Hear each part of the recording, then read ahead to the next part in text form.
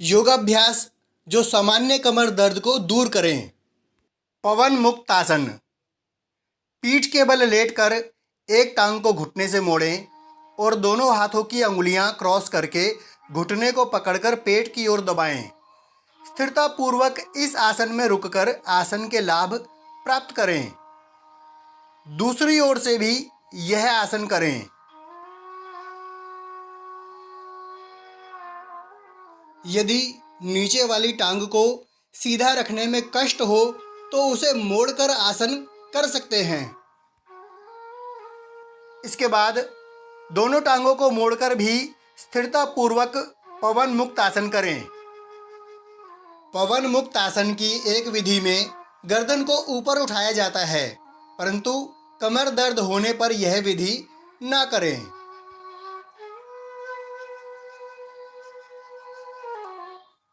सुप्त कटी चक्रासन। पीठ के बल लेटकर एक भुजा साइड में ले जाएं, उसी ओर की टांग को घुटने से मोड़कर दूसरे हाथ से घुटना पकड़ें। गर्दन उस ओर जो भुजा जमीन पर है, घुटना दूसरी ओर लेकर जाएं। स्थिरता पूर्वक रुकने के बाद दूसरी ओर से भी यह आसन करें। अपने शरीर के अनुसार केवल उतना खिंचाव दें जहां आनंद और लाभ दोनों प्राप्त हों।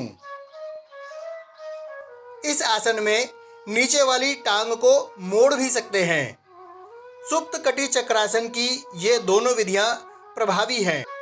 आप अपने शरीर के अनुसार विधि चुनकर आसन करें। कंधर आसन अभ्यास रूप। दोनों पैरों में कंधों जितना अंतर, एड़ियां कूल्हे के पास रखें। कोहनियों को इस प्रकार मोड़ें और कमर को ऊपर उठाएं और 5 सेकंड रोकें। वापस आकर फिर से इसी प्रकार अभ्यास करें। इस प्रकार 5 से 10 राउंड पर्याप्त हैं। हस्तबद्ध ग्रीवाचालन। पेट के बल लेटकर भुजाओं को इस प्रकार व्यवस्थित करें और कमर को ढीला छोड़ें। इच्छानुसार रुकने के बाद गर्दन को ऊपर उठाएं और कुछ सेकंड सामान्य श्वास में रुकें। इसके बाद फिर से गर्दन और कमर को ढीला छोड़ें। इस प्रकार लगभग 5 राउंड पर्याप्त हैं। भुजंग आसन। पेट के बल लेटकर एड़ी पंजे मिलाएं। दोनों हाथ कंधों के नीचे इस प्रकार रखें। आगे से शरीर को ऊपर उठाएं और कोहनियों को सीधा कर दीजिए। यदि एड़ी पंजे मिलाकर न रख पाए तो पैरों में अंतर रखकर आसन करें।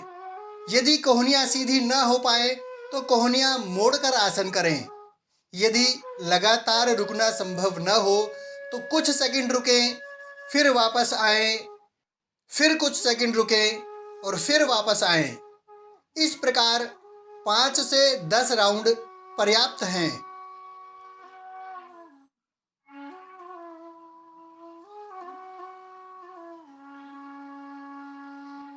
शलभासन। इस आसन में अपने शरीर के अनुसार अनुकूल विधि चुनकर आसन कर सकते हैं। ध्यान रहे घुटना सीधा रहे और टांग को अधिक ऊपर उठाने के प्रयास में टांग तिरछी न हो जाए। टांग एक सीध में ही उठे। एक बार टांग को ऊपर उठाएं तो लगभग 5 सेकंड रुकें। इस प्रकार 5 से 10 राउंड पर्याप्त हैं।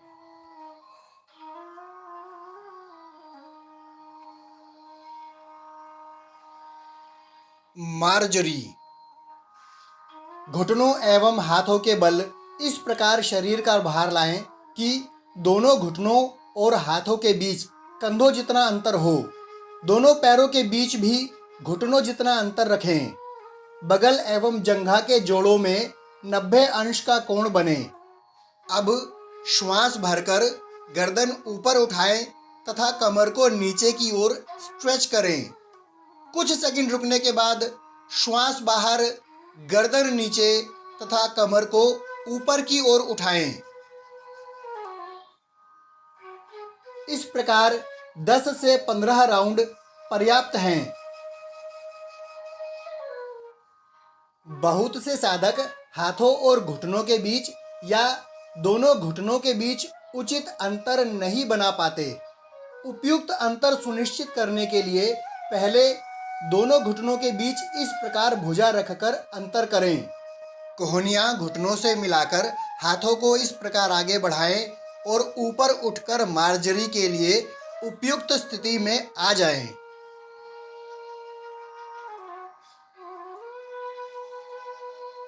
शिथिल कूर्मासन सरल रूप। टांगों को इस प्रकार मोड़कर बैठें कि तलवे एक दूसरे की ओर हों। यह अंतर एक बालिश्त से भी अधिक होता है। हाथों को इस प्रकार रखकर शरीर को ढीला छोड़ते जाएं। ध्यान रहे, शरीर को बलपूर्वक खींचने का प्रयास आपके कमर दर्द को और अधिक बढ़ाएगा। शरीर को ढीला भी केवल उतना छोड़े जहाँ तक कमर में आनंददायक खिंचाव हो या यूँ कहें कि मीठा मीठा दर्द हो। Backward stretching. सुखासन अथवा समानांतर आसन में बैठकर दोनों हाथ पीछे टिकाएं और गर्दन को पीछे तथा कमर को आगे की ओर स्ट्रेच करें। इस प्रकार यह अभ्यास सामान्य श्वास अथवा श्वास भरकर रोककर भी किया जा सकता है। सेतु आसन। सुख आसन में बैठकर दोनों हाथ पीछे टिकाएं, गर्दन पीछे लटकाकर कमर को ऊपर उठाएं। यथाशक्ति रुकते हुए आसन के लाभ प्राप्त करें।